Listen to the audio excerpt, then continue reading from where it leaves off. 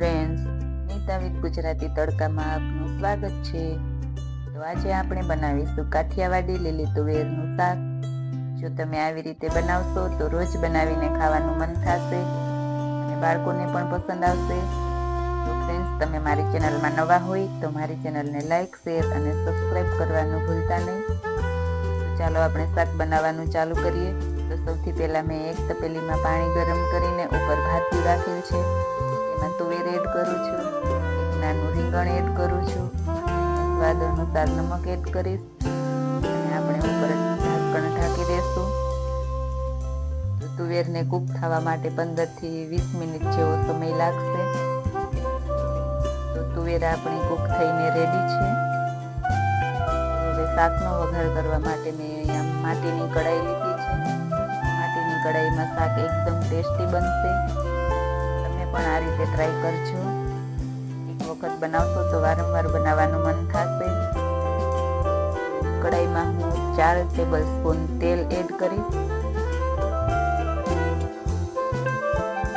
તેલને આપણે 2 થી 3 મિનિટ સુધી ગરમ થવા દેશું. હવે મેં આદુ, મરચું, લસણ, સૂકો મસાલો, લીલા ધાણા, લીમડો એ મસાલો લીધો છે. 3 ટમેટાની પ્યોરી લીધી છે. સૌથી પહેલા હિંગ એડ કરી, જીરું એડ કરી, સૂકો મસાલો એડ કરી, લીમડો એડ કરી, આદુ લસણની પેસ્ટ એડ કરી, મરચાં એડ કરી અને થોડી વાર આ મસાલાને આપણે ગુલાબી થાય ત્યાં સુધી સાતળશું. મસાલો આપણો સતળાઈને રેડી છે. તો હવે આપણે ટમેટાની ગ્રેવી એડ કરશું.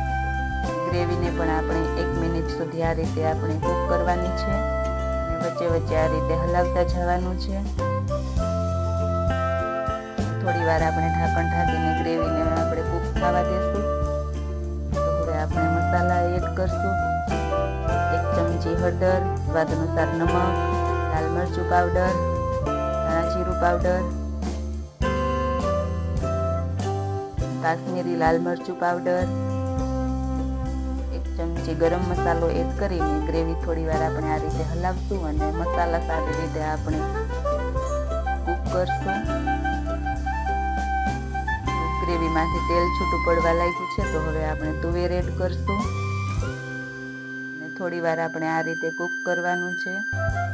ગ્રેવીને થીક કરવા માટે આપણે થોડું પાણી એડ કરશું. પાણી એડ કર્યા પછી આપણે ગ્રેવીને 1 મિનિટ સુધી આપણે કૂક કરવાની છે આ રીતે ઢાંકણ ઢાંકીને. આપણું કાઠિયાવાડી લીલી તુવેરનું શાક બનીને રેડી છે. ફ્રેન્ડ્સ, તમે પણ એક વખત ટ્રાય કરજો. લીલી તુવેરનું શાક આપણે રોટલી, રોટલો કે ભાખરી સાથે ખાઈ શકીએ.